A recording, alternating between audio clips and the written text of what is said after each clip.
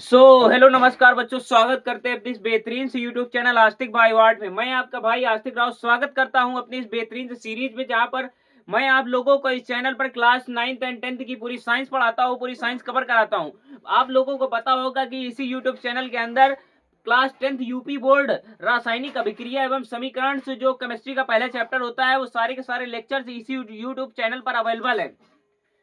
आज उसके बाद मैंने शुरू किया था कि फिजिक्स का पहला चैप्टर प्रकाश का परावर्तन तथा अपवर्तन, जिसका आज ये सेकंड लास्ट लेक्चर होने वाला है, जहां पर मैं आज आप लोगों को कवर कराऊंगा कि जितने भी फार्मूले हैं, रेखीय आवर्धन क्या होता है, चिन्ह परिपाटी क्या होता है, जहां पर बच्चों को बहुत ही कठिनाइयां होती हैं कि सर कौन सी चीज कहां पर अप्लाई करें, कौन सी धनात्मक होगी, कौन सी ऋणात्मक होगी। ये सारा का सारा डेटा मैं आज आप लोगों को इस लेक्चर के माध्यम से दूंगा। आज ये जबरदस्त जोश वाला सेशन होने वाला है। बस आप लोग अपना प्यार बनाए रहिएगा, और जो भी बच्चे इस चैनल पर नए हैं तो कृपया चैनल को सब्सक्राइब करके बेल आइकन प्रेस कर दें, ताकि आने वाली वीडियो की नोटिफिकेशन आप तक जल्दी पहुंच जाए।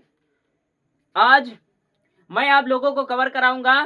सबसे पहले मैंने आप लोगों को कवर करा दिए थे जितने भी फार्मूले थे, वो सारे के सारे फार्मूले आज मैं कवर कराऊंगा। और इसके पहले मैंने कवर करा दिया था जितने भी रहे डायग्राम, जितने अवतल दर्पण द्वारा प्रतिबिंबों का बनना, सारे के सारे डायग्राम्स मैंने व्हाइट बोर्ड के माध्यम से आप लोगों को कवर कराए थे। मैं उम्मीद करता हूं कि ये सारे के सारे डायग्राम्स आप लोगों ने 10 to 20 टाइम्स जरूर बनाए होंगे। किसी ने खूब कहा है कि प्रैक्टिस मैन परफेक्ट, अभ्यास ही व्यक्ति को सफल पूर्ण बनाता है। आप जितना ही प्रैक्टिस करेंगे इस डायग्राम्स का, जो मैंने डायग्राम्स बताए थे, जितने भी डायग्राम्स बताए उनके अगर आप बलपूर्वक प्रैक्टिस कर लेते हैं तो शायद आप class 10th UP board science के अंदर जो फिजिक्स का पोर्शन होता है, ये चैप्टर जो है आपका 5 से 6 नंबर का वेटेज रखता है। आइए बिना किसी देरी के शुरुआत करते हैं अपना इस बेहतरीन सा ये सेशन। सबसे पहले आज हम बात करेंगे फोकस दूरी तथा वक्रता त्रिज्या में संबंध। हेडिंग लगाइएगा,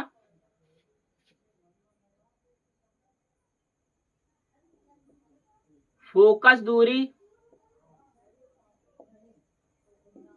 तथा वक्रता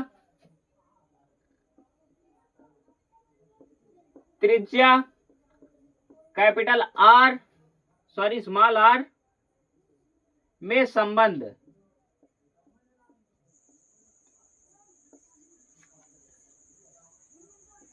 ये आप लोग प्यारी सी हेडिंग लगा लेंगे। मेरी राइटिंग पर आप लोग विशेष ध्यान मत दीजिएगा, क्योंकि मेरी राइटिंग थोड़ी गड़बड़ है। मैं उम्मीद करता हूं ये सारी की सारी चीजें मैं इस तरीके से लिखता हूं जो कि आप लोगों के दिमाग में छपे, समझ में आए। मैं कॉन्सेप्ट की ओर आप लोग सिर्फ पढ़िए, बाकी राइटिंग हर किसी की अच्छी नहीं होती है। आइए दर्पण बना लेते हैं। ये रहा अपना अवतल दर्पण।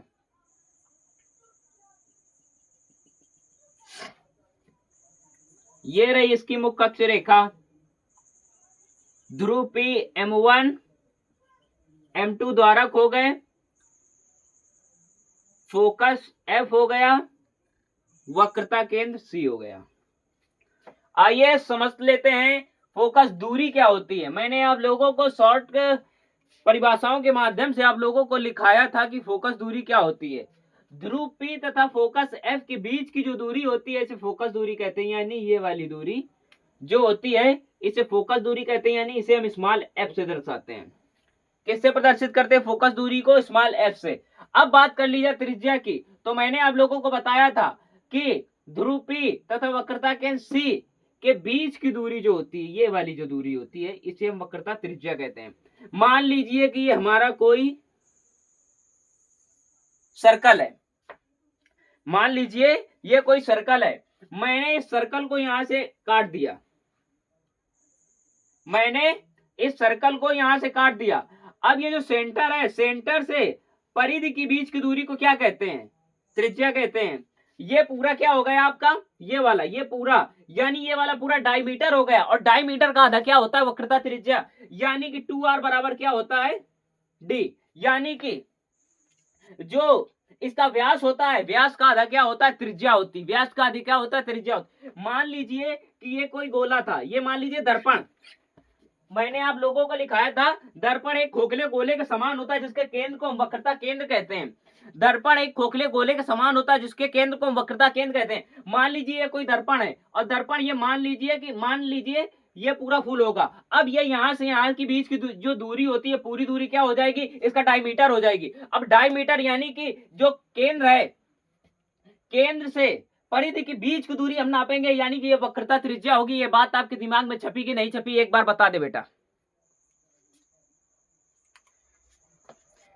मैं उम्मीद करता हूं कि ये सारी की सारी चीजें आपके दिमाग में छप रही होंगी। अब लिखिए वक्रता त्रिज्या,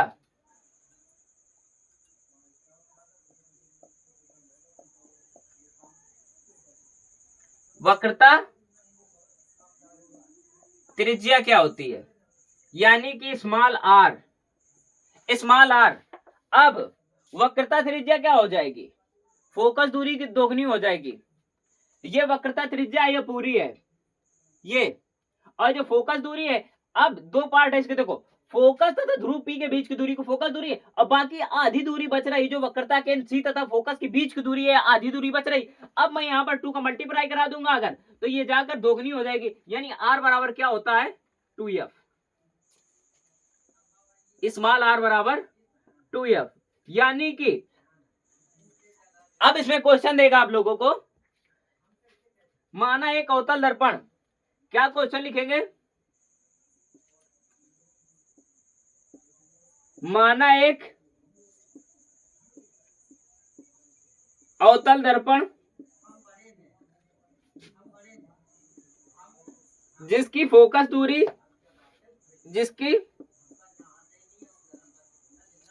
जिसकी फोकस दूरी 10 सेंटीमीटर है,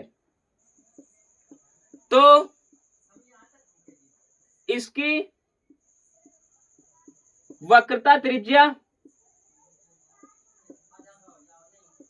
ज्ञात कीजिए। आइए दोस्तों इस सवाल को हम करते हैं, ये बोर्ड एग्जाम में 1 नंबर की मार्किंग रखता है, कभी कभी ये 2 नंबर में भी दे दिया जाता है। आइए इस क्वेश्चन को समझते हैं, क्या कह रहा है, माना एक अवतल दर्पण जिसकी फोकस दूरी 10 सेंटीमीटर, यानी फोकस दूरी हमको स्मॉल एफ की वैल्यू दी है 10 सेंटीमीटर। अब हमसे पूछ रहा है कि इसकी वक्रता त्रिज्या यानी आर की वैल्यू ज्ञात करनी है। कोई हुआ नहीं है सवाल, बिल्कुल आसान है, बेहतर तरीके से आइए समझेंगे। अब हमको स्मॉल आर की वैल्यू ज्ञात करनी है। अब वक्रता त्रिज्या का फार्मूला क्या होता है, ये लिखा है वक्रता त्रिज्या का फार्मूला, यानी स्मॉल आर बराबर क्या होता है 2f होता है। अब उसके बाद में आर बराबर 2 इंटू एफ की वैल्यू कितनी है 10 सेंटीमीटर, 10 दूना कितना हो गया 20 सेंटीमीटर आ गई इसकी वक्रता त्रिज्या। ये बात आपके दिमाग में चमकी या नहीं चमकी, एक बार कमेंट सेक्शन में जरूर बताइएगा। अब बात कर लेते हैं फोकस दूरी,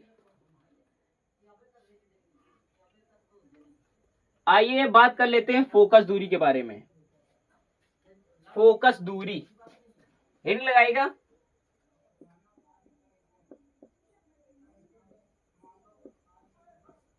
फोकस दूरी स्मॉल एफ, फोकस दूरी स्मॉल एफ बराबर क्या होता है, अगर देखो ये जैसे फार्मूला लिखा है आपका आर बराबर 2f, अगर मैं फोकस एफ की बात करता हूं तो 2 को यहां पर उठा के लाऊंगा तो एफ बराबर क्या हो जाएगा r/2 हो जाएगा। अगर ये मल्टीप्लाई में इधर नीचे डिवाइड में आ जाएगा तो यानी r/2 हो जाएगा कि नहीं होगा। ये बात आपके दिमाग में चमकी या नहीं चमकी, कमेंट सेक्शन में आप जरूर बताइएगा। आइए इसका फार्मूला लिख लेते हैं। जब हम इसको यहां पर पक्षांतर करेंगे तो r/2 हो जाएगा। देखिए इसकी परिभाषा आप लोगों को आनी चाहिए, ये जो मैं लिखा रहा हूं इसकी परिभाषा आप लोगों को आनी चाहिए। यानी कि आप जैसे पूछा जाएगा वक्रता त्रिज्या क्या होती है, किसी दर्पण के लिए वक्रता त्रिज्या फोकस दूरी की दोगुनी होती है। क्या लिखेंगे, दर्पण के लिए वक्रता त्रिज्या फोकस दूरी की दोगुनी होती है। अगर फोकस दूरी की बात की जाए तो फोकस दूरी वक्रता त्रिज्या की आधी होती है। ये बात आपके दिमाग में चमकी है नहीं चमकी। आइए अब इसके इससे भी जो रहे सवाल होते हैं वो भी बता देते हैं। क्वेश्चन लिखिएगा आप लोग। क्वेश्चन, माना एक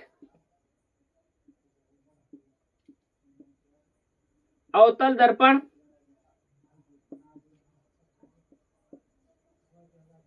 जिसकी त्रिज्या 10 सेंटीमीटर है तो उसकी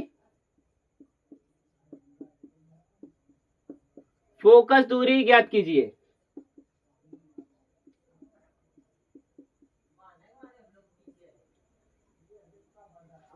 माना एक अवतल दर्पण जिसकी वक्रता त्रिज्या 10 सेंटीमीटर है तो उसकी फोकस दूरी ज्ञात कीजिए।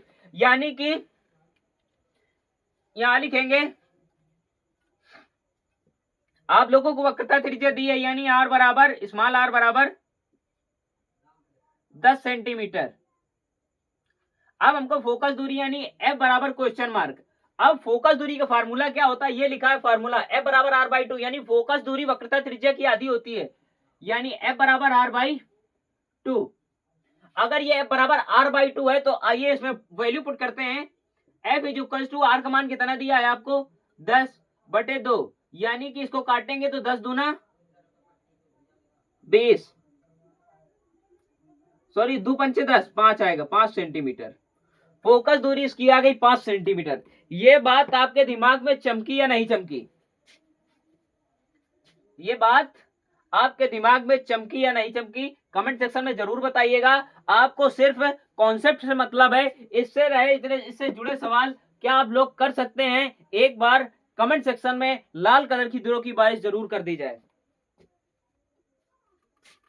मैं मानता हूं कि मैं ये रिकॉर्डेड लेक्चर दे रहा हूं, बट मैं कोशिश करूंगा कि ये लाइव के तरीके फील आए आपको। अरे दीवाने,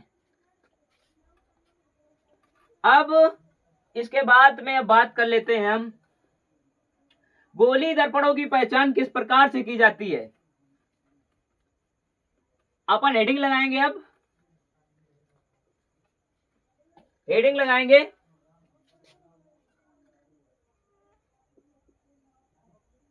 दर्पणों की पहचान। आइए समझ लेते हैं कि दर्पणों की पहचान हम किस तरीके से कर सकते हैं और कितने प्रकार से कर सकते हैं। सबसे पहले बात कर लेते हैं स्पर्श की। दो तरीके से हम कर सकते हैं। इसकी परिभाषा लिखने की कोई जरूरत नहीं है, बट मैं आप लोगों को बता दूंगा, आप लोग स्वयं परिभाषा बना पाएंगे।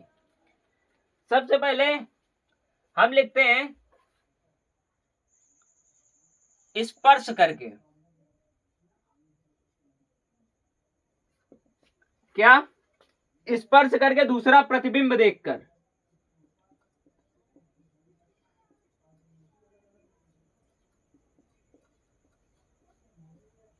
क्या? पहला स्पर्श करके और दूसरा प्रतिबिंब देखकर। आइए मैं आप लोगों को बताऊंगा कि किस तरीके से आप लोग देख सकते हैं। सबसे पहले बात कर लेते हैं अपन स्पर्श करके। मान लीजिए ये कोई दर्पण है,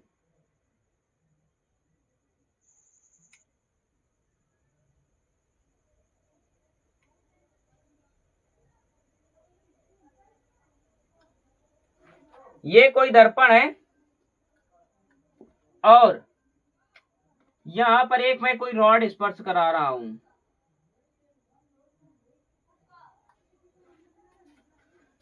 नंबर 1। दूसरी कंडीशन क्या हो सकती है?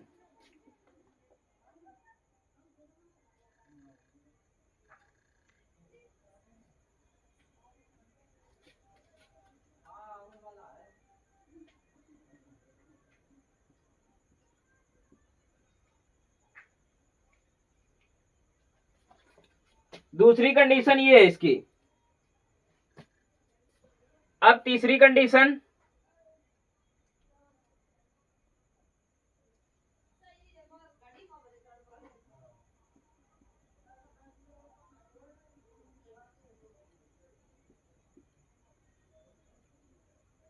नंबर तीसरा पॉइंट। आइए समझ लेते हैं कि हम दर्पण को स्पर्श करके कैसे समझते हैं? मान लीजिए कि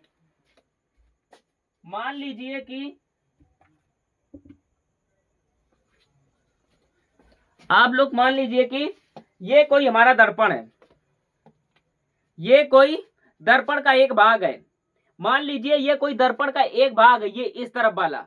अगर मैं इसके सेंटर से ये अगर मार्का इस तरीके से टच करा रहा हूं, तो ये आप लोग देख पा रहे होंगे कि ये जो मार्का है इस टेप को, यानी कि इस घुमावदार चीज को ये एक ही जगह स्पर्श कर रहा है। यानी कि अगर कोई दर्पण किसी रॉड से चिपकाया जाता है और वो रॉड सिर्फ एक ही पॉइंट पर टच करती है, एक ही बिंदु पर टच करती है, तो वह दर्पण उत्तल दर्पण होता है।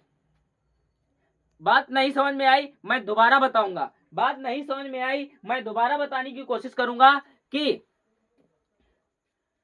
जब मैं कोई ये ऐसा दर्पण गोली दर्पण गोला होता है, अगर मैं इसके एक साइड कुछ इस तरीके से ये लंबी छड़ मैं अगर टच कराऊं, अगर ये छड़ दर्पण को सिर्फ एक ही बिंदु पर टच करती है, तो वहां पर उत्तल दर्पण होता है। ये बात आपके दिमाग में चमकी या नहीं चमकी? एक बार बताइएगा। यदि दूसरा, यानी कि ये दर्पण कौन सा होगा, लिख लीजिएगा, उत्तल दर्पण। एक ही बिंदु पर टच करता है, यानी ये वाला पॉइंट जो होता है एक ही बिंदु पर टच करता है, तो इसे हम क्या बोलते हैं? उत्तल दर्पण। आइए सेकंड, जो दूसरा दर्पण होता है, यदि समझ लीजिए, यदि ये कोई दर्पण है, आपका दर्पण का ये खोखला भाग है, एक साइड का दर्पण है। यदि मैं इसको इस तरीके से टच कराऊं, यदि मैं दर्पण को इसके उभरे ऊपर इस पर चांदी की पॉलिश से कलई की जाती, यदि मैं दर्पण को कुछ इस तरीके से टच कराऊं इस छड़ को, तो ये कुछ दो जगहों पर, यानी कि दो बिंदुओं पर स्पर्श कर रहा है। एक तो ऊपर वाला बिंदु, एक नीचे वाला बिंदु, एक ऊपर वाला बिंदु, एक नीचे वाला बिंदु।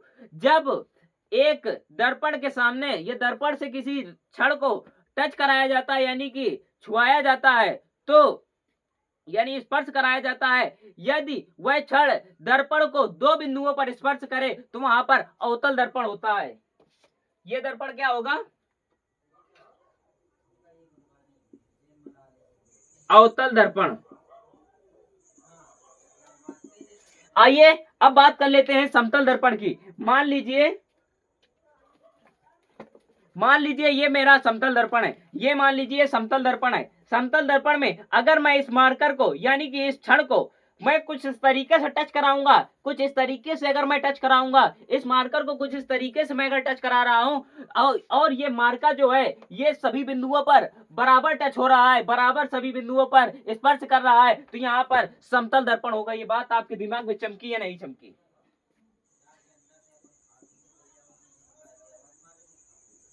समतल दर्पण। ये बात आपके दिमाग में नहीं चमकी? एक बार कमेंट सेक्शन में लाल कलर की दूरी को बारिश की दी जाए। अब बात कर लेते हैं, देखिए यहां पर व्हाइट बोर्ड है, क्वालिटी में कमी हो सकती है थोड़ी भाई, क्वालिटी में कमी हो सकती है, लेकिन मैं कंटेंट में कमी नहीं छोड़ूंगा। कंटेंट आपको मैं इस चैनल पर भरपूर दूंगा, जितनी जान होगी सारी जान लगा दूंगा, लेकिन तुझे भी अपनी जान लगाकर पढ़नी होगी। आइए समझ लेते हैं प्रतिबिंब देखकर। प्रतिबिंब देखकर यदि मान लीजिए ये रहा आपका समतल दर्पण,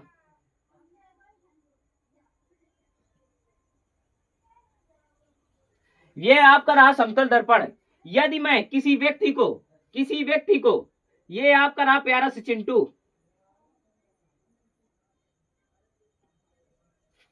ये आपका प्यारा सा रहा चिंटू, ये अपनी शकल यहां पर दर्पण पर देख रहा है, अपनी शकल दर्पण पर देख रहा है, ये अपनी शकल दर्पण पर देख रहा है और अपने दांत निकाल रहा है ही करके। ये दर्पण पर देख रहा है शकल अपनी और अपने दांत निकाल रहा है। यदि किसी दर्पण के सामने यदि मैं कुछ दूरी पर रखी वस्तु को आगे पीछे करता हूं और वह वस्तु का प्रतिबिंब दर्पण में आभासी सीधा वस्तु के बराबर बनता है तो यह दर्पण समतल दर्पण होता है। इस तरीके से दर्पणों की पहचान की जाती है। आइए दूसरा दर्पण देख लेते हैं। ये मान लीजिए आपका उत्तल दर्पण है,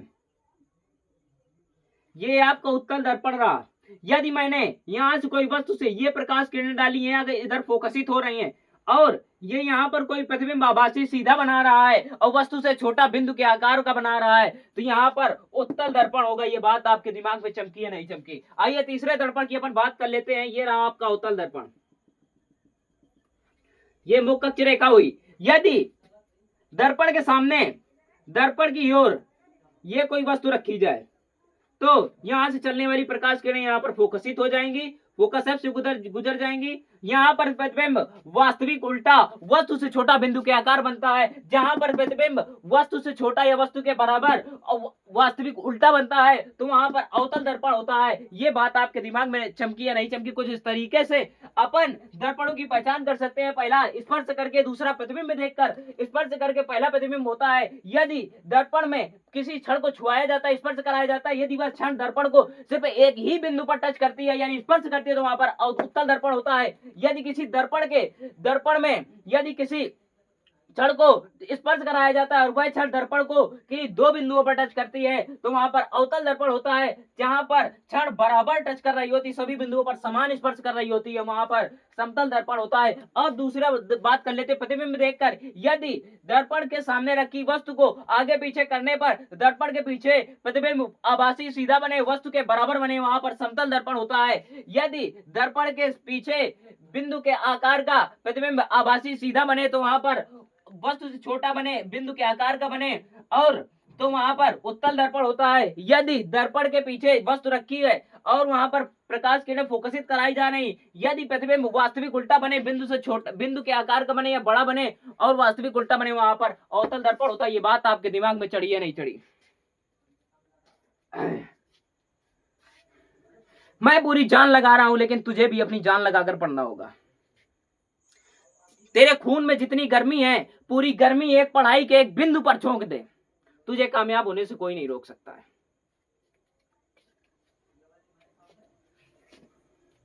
आइए अब बात कर लेते हैं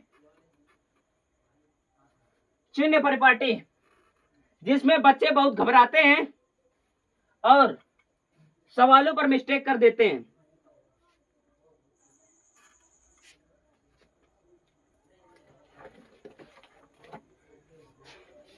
क्या लिखेंगे अपन? चिन्ह परिपाटी। हेडिंग लगाइएगा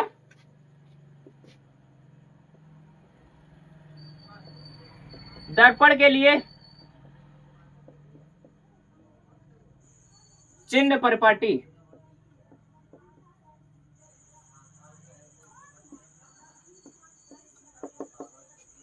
दर्पण के लिए चिन्ह परिपाटी।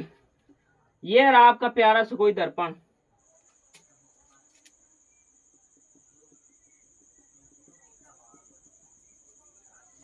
ये रही आपकी मुख्य अक्ष रेखा।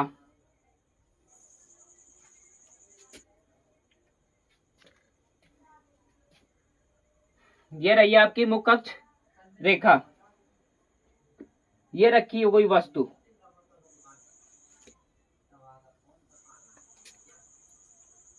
ये रही आपकी आपतित प्रकाश किरण।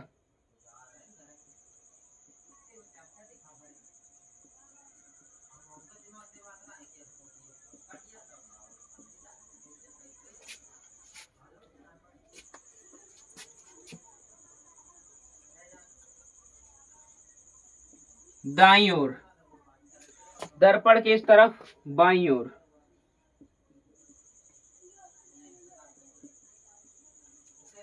प्रतिबिंब नीचे है।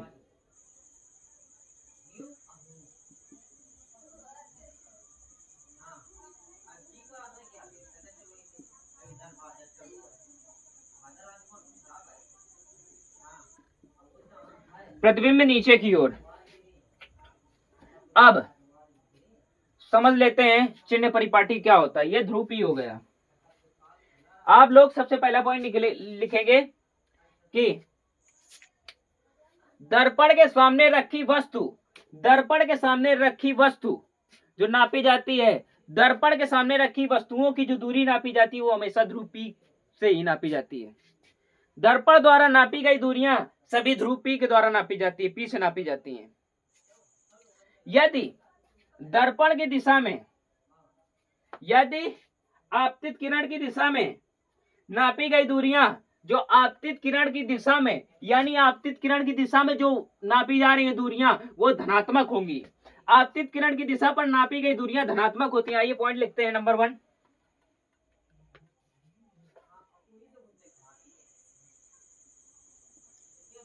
दर्पण द्वारा, ये आप लोग याद कर लीजिएगा, 5 नंबर में पूछा जाता है। दर्पण द्वारा नापी गई दूरियां, दर्पण द्वारा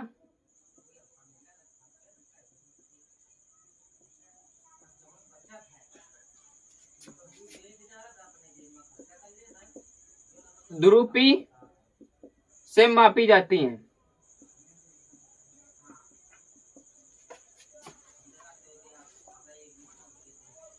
आपतित किरण की दिशा में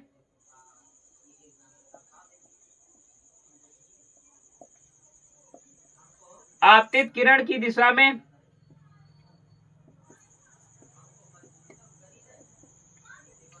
नापी गई दूरियां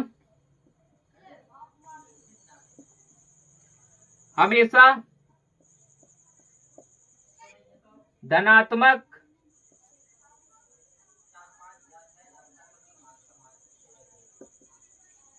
होती हैं। नंबर 3 पॉइंट, आपतित किरण की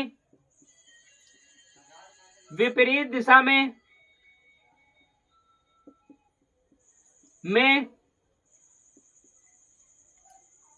नापी गई दूरियां हमेशा ऋणात्मक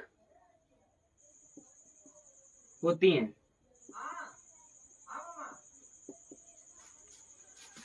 आपतित किरण की दिशा में नापी गई दूरियां हमेशा ऋणात्मक होती हैं।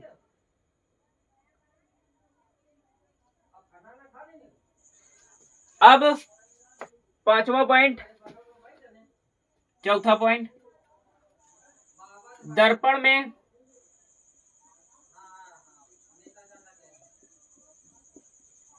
प्रकाश किरणें, दर्पण में प्रकाश किरण हमेशा बाईं ओर से डाली जाती हैं। आइए समझते हैं। दर्पण जो दर्पण की जो दूरी नापी जाती है हमेशा ध्रुव P से ही नापी जाती है। दर्पण के सामने रखी वस्तु की जो दूरी नापी जाएगी ध्रुव P से ही नापी जाएगी। और दर्पण की दिशा में यानी आपतित प्रकाश किरण की दिशा में जो नापी गई दूरियां होती है हमेशा धनात्मक होती है, और ये जो दूरियां होती है हमेशा धनात्मक मिलेगी आपको। इसके अगर विपरीत दिशा की बात कर ली जाए तो यहाँ पर दूरियां सभी ऋणात्मक मिलेगी। बात आपके दिमाग में चढ़ी है नहीं चढ़ी? और दर्पण में प्रकाश किरणें हमेशा बाईं ओर से डाली जाती हैं, यानी यहां से डाली जाती हैं, लेफ्ट साइड से। ये बात आपके दिमाग में चढ़ी है नहीं चढ़ी? उसके बाद हम बात कर लेते हैं दर्पण सूत्र की। अब बात कर लेते हैं हम दर्पण सूत्र की। हेडिंग लगाइएगा दर्पण सूत्र। इस पर भी बेस्ड जो न्यूमेरिकल आते हैं सारे के सारे न्यूमेरिकल्स मैं करा के जाऊंगा। दर्पण सूत्र लिखिएगा। कुछ हल्की सी परिभाषा होती है, परिभाषा टाइप में बनाई जाती है। आइए पहले इसका डायग्राम बना लेते हैं। ये आपका दर्पण रहा, ये रहा दर्पण, ये ध्रुव P रहा, ये M1 M2 द्वारा खो गए। ये रहा वक्रता केंद्र C, फोकस F, मुख्य फोकस F यानी कैपिटल F। मुख्य फोकस एफ। अब जो ध्रुव पी तथा मुख्य फोकस एफ की जो बीच की दूरी है फोकस दूरी कहलाएगी। ये बात दिमाग में चढ़ी नहीं चढ़ी? ये यहां पर कोई वस्तु रखी है। अब ध्रुव पी से और ये वस्तु की दूरी है यानी ये वाली दूरी, ये कैपिटल यू से। अब जो प्रतिबिंब बनेगा, यहां मान लीजिए कि प्रतिबिंब कहां पर बन रहा है, प्रतिबिंब यहां पर बन रहा है, ये प्रतिबिंब बन रहा है, ये ए बी प्रतिबिंब है, सॉरी ओ मान लीजिए, ओ डैश ये वस्तु है और प्रतिबिंब आई डैश ये प्रतिबिंब है। अब ये प्रतिबिंब की दूरी जो बात करी जाए ये वाली दूरी, तो ये v से दर्शाएगी अपन। अब लिखिएगा इसमें दर्पण सूत्र में u v f में संबंध,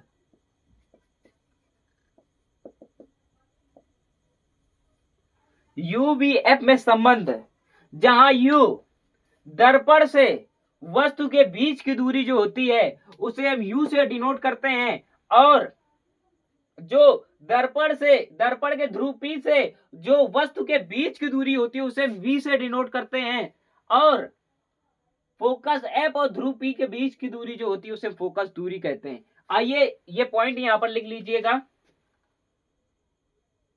u बराबर क्या होता है, वस्तु की दूरी, v बराबर क्या होता है, प्रतिबिंब की दूरी,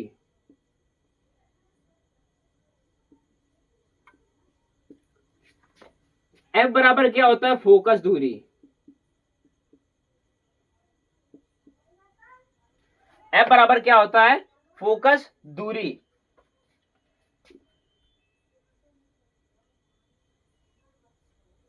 आइए अब बात कर लेते हैं इसके बीच संबंध क्या होता है।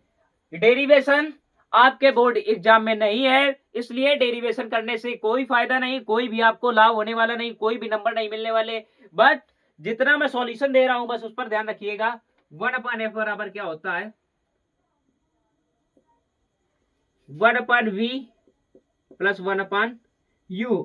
ये फार्मूला आप लोग टेटू करवा लीजिएगा, ये फार्मूला आप लोग टेटू करवा लीजिएगा। ये दर्पण सूत्र है, इसे हम क्या बोलते हैं, दर्पण सूत्र बोलते हैं। क्या बोलते हैं इसे, हम दर्पण सूत्र बोलते हैं। आइए चिन्ह परिपाटी के माध्यम से कुछ चीजें मैंने आप लोगों को समझा दी थी, आइए उस पर भी विचार कर लेते हैं। लिखिएगा, इधर लिखिए, हेडिंग डालिएगा अवतल दर्पण, इधर लिखिएगा उत्तल दर्पण।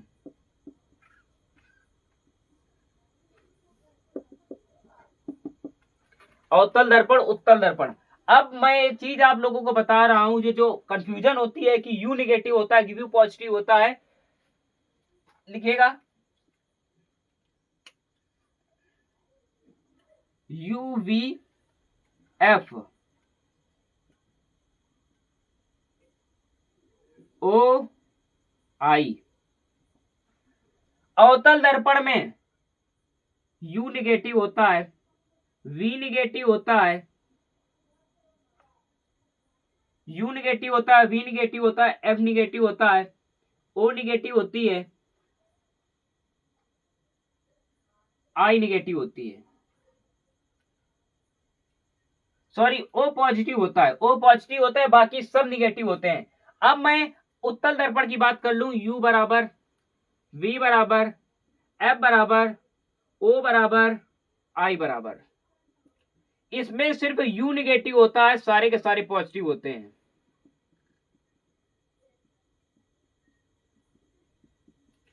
ये बात आप लोग टेटू करवा लीजिएगा। जो मैंने चीजें बताई आप लोगों को एक बार पुनः मैं समझा देता हूं, कि दर्पण सूत्र ये रही है आपकी कोई वस्तु ओ डैश, जो वस्तु से दर्पण की वस्तु से दूरी है वो u से डिनोट करते हैं। दर्पण से जो वस्तु की दूरी है इसे हम u से दर्शाते हैं। दर्पण से वस्तु की दूरी को हम u से दर्शाते हैं और दर्पण से प्रतिबिंब की जो बीच की दूरी होती है उसे हम v से दर्शाते हैं और जो दर्पण से फोकस मुख्य फोकस की बीच की दूरी होती है उसे हम f से दर्शाते हैं। ये डिनोटेशन लिख दिया मैंने। और जान लेते हैं कि अवतल दर्पण में क्या होता है, उत्तल दर्पण में क्या होता है। अवतल दर्पण की जो फोकस दूरी होती है वो निगेटिव होती है, जो वस्तु की दूरी होती है वो निगेटिव होती है और जो v यानी कि प्रतिबिंब की दूरी होती है वो निगेटिव होती है, जो वस्तु होती है वो पॉजिटिव होती है और जो I होता है वो सिर्फ निगेटिव होता है अवतल दर्पण में। उत्तल दर्पण की बात कर लेते हैं तो उत्तल दर्पण में वस्तु की दूरी निगेटिव होती है, प्रतिबिंब की दूरी पॉजिटिव होती है, फोकस दूरी पॉजिटिव होती है, वस्तु की दूरी पॉजिटिव होती है और प्रतिबिंब की जो लंबाई है वो पॉजिटिव होती है। बात आपके दिमाग में चढ़ी है नहीं चढ़ी है? ये बात आपके खून में चलनी चाहिए, खून में दौड़नी चाहिए। इतना सब कुछ करा दिया, आइए इस पर बेस्ड न्यूमेरिकल कर लेते हैं।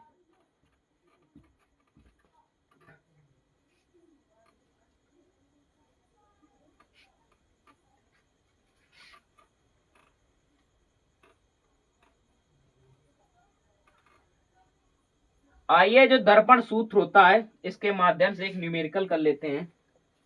न्यूमेरिकल लिखिएगा जरा। क्वेश्चन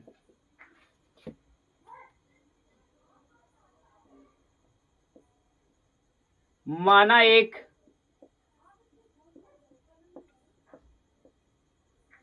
अवतल दर्पण जिसके सामने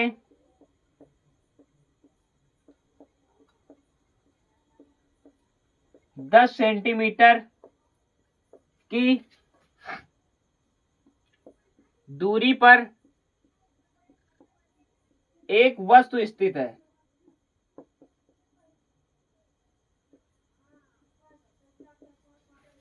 जिसका प्रतिबिंब दर्पण से 15 सेंटीमीटर की दूरी पर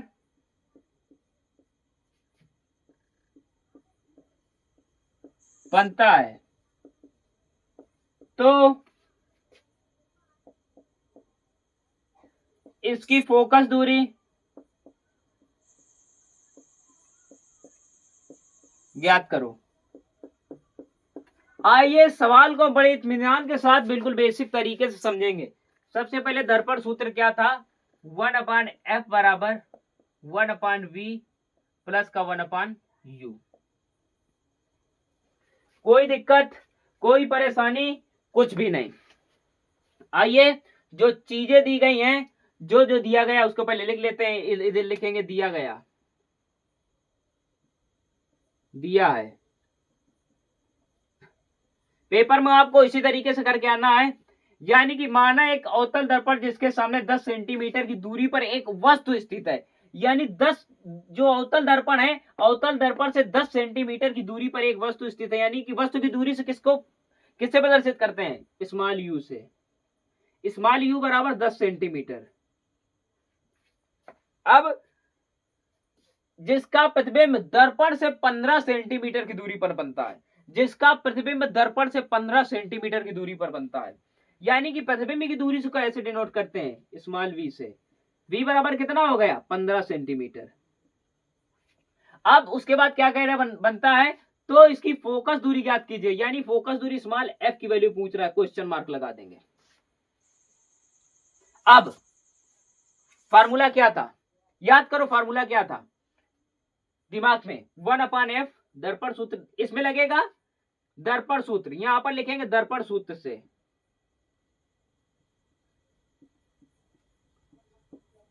दर्पण सूत्र से यानी कि 1/f बराबर 1/v प्लस 1/u। इतना लिख गया। उसके बाद में हमें क्या ज्ञात करना है, फोकस दूरी ज्ञात करनी है, यानी 1/f बराबर 1/v। देखिए क्या था, अवतल दर्पण था, क्या था, अवतल दर्पण था। अवतल दर्पण में वस्तु की दूरी क्या होती है, निगेटिव होती है, प्रतिबिंब की दूरी निगेटिव होती है, फोकस दूरी भी निगेटिव होती है, निगेटिव आएगी चाहे देख लेना।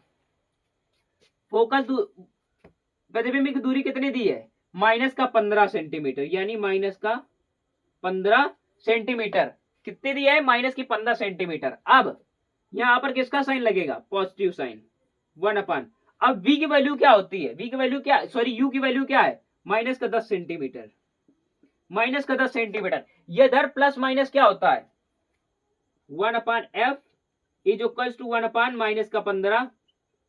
अब इधर प्लस माइनस माइनस 1/10 आएगा। अब मैं इसका एलसीएम लूंगा, एलसीएम कितना आएगा, 15 और 10 का।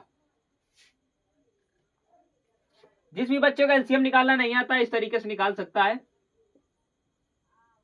किससे कटेगा, 2 से काटो पहले, 15 5 5 3 से काट दो, 53 15 5 आ गया, 5 से काट दो, 1 1 5 नहीं 15 15 दूनी 30, इसका 30 एलसीएम आ गया।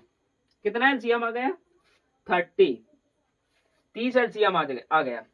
अब क्या होता है, 15 दूनी 30, साइन के साथ रखेंगे, 15 दूनी 30 और 10 तिहाई 30।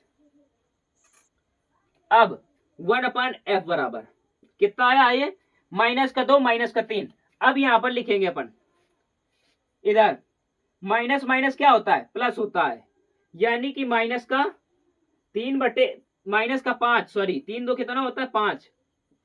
देख लीजिएगा माइनस माइनस क्या होता है प्लस, बट यहां पर ये माइनस का 3 बड़ा इसलिए माइनस का साइन आएगा। अब इसके नीचे कितना आ जाएगा, 30। अब इसको 5 से काट दो, 5 एकम 5 5 6 का 30, यानी कि 1/f, सॉरी आप लोगों को नीचे दिख नहीं रहा होगा, यहाँ पर लिख देते हैं, ये वाली वैल्यू पुट करके यहाँ पर रखेंगे, यानी कि 1/f बराबर कितना हो जाएगा, माइनस का 1/6। अब क्रॉस मल्टीप्लाई करा दो, क्रॉस मल्टीप्लाई कराना तो आता ही होगा, आप लोग बड़े हो चुके हो। अब इसका माइनस का f बराबर, सॉरी माइनस का, यहाँ माइनस लगेगा। अब इसका क्रॉस मल्टीप्लाई अगर आप कराते हैं तो इधर कितना आ जाएगा, माइनस का 6 सेंटीमीटर। ये बात आपके दिमाग में चढ़ी या नहीं चढ़ी, एक बार लाल कलर की दिलों की बारिश कर दी जाए, ये सवाल आपके दिमाग में चढ़ा या नहीं चढ़ा। मैं उम्मीद करता हूं कि इस क्वेश्चन के बेस जो सवाल आएंगे आप लोग कर ले जाएंगे। मैं इसके बाद न्यूमेरिकल सेशन भी लूंगा, फिक्र ना करो एक भी एकदम। अब इसके बाद में बात कर लेते हैं रेखीय आवर्धन किसे कहते हैं। हेडिंग लगाइएगा आप लोग, रेखीय आवर्धन किसे कहते हैं, हेडिंग लगाइएगा जरा।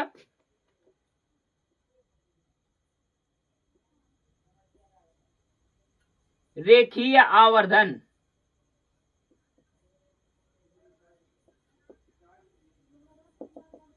रेखीय आवर्धन। सबसे पहले दर्पण बनाएंगे अपन, ये रहा दर्पण, छोटा सा पिद्दू सा प्यारा सा दर्पण हो गया, ध्रुपी हो गया, वस्तु यहां पर रखी है कोई, वक्रता केंद्र सी ये हो गया, फोकस एफ ये हो गया, वस्तु यहां पर कहीं रखी है, मान लेते हैं प्रतिबिंब बन रहा है यहां पर कहीं। अब प्रतिबिंब की लंबाई, वस्तु की लंबाई ओ, अब प्रतिबिंब की लंबाई आई, दर्पण द्वारा प्रतिबिंब की लंबाई, प्रतिबिंब की लंबाई तथा वस्तु की लंबाई के अनुपात को हम रेखीय आवर्धन कहते हैं। आइए इधर लिखते हैं,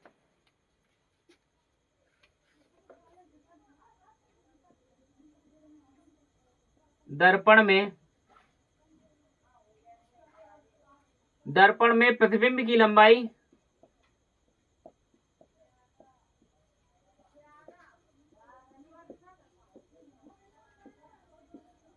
दर्पण में प्रतिबिंब की लंबाई तथा वस्तु की लंबाई को हम रेखीय आवर्धन कहते हैं। फार्मूला क्या होता है, इसे इधर लिखिए, इसे m से प्रदर्शित करते हैं।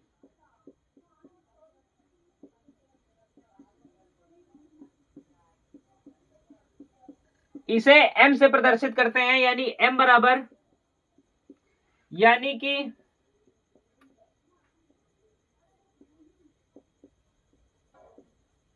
रेखीय आवर्धन m बराबर प्रतिबिंब की लंबाई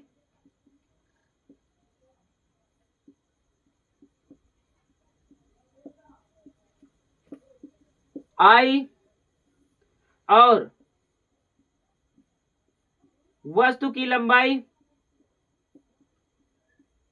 O के अनुपात को हम रेखीय आवर्धन कहते हैं। यानी बेसिक तरीके से लिख सकते हैं m बराबर I अपान O बराबर का माइनस का V अपान U।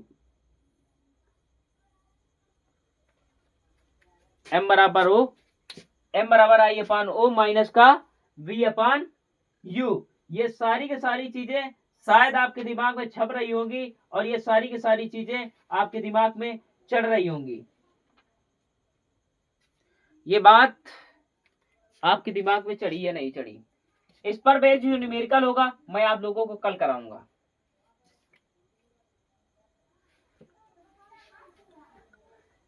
लास्ट में बस एक ही चीज कहना चाहूंगा, just remember it, feel my word.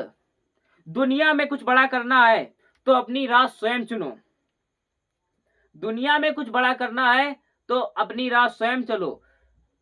भेड़ बकरियों की तरह नहीं, शेर की तरह चलो। ये दुनिया तुम्हें डराएगी, ये दुनिया तुम्हें झुकाएगी, ये दुनिया तुम्हें रुलाएगी, हर रोज एक नया मोड़ दिखाएगी। छोटी परिस्थिति आकर खुद को तुम तैयार करो, अपने अंदर की कमजोरी पर दमकर वार करो। रोना है, सॉरी हंसना है तो रोना होगा, अगर कुछ पाना है तो कुछ खोना होगा। अगर चमकना है तो सोने की तरह आग में तपना होगा। भूल जाओ तुम कौन हो, सबसे पहले अपना काम उसके बाद रखो। तब तक के लिए पढ़ाई करते रहिएगा। जय हिंद, जय भारत।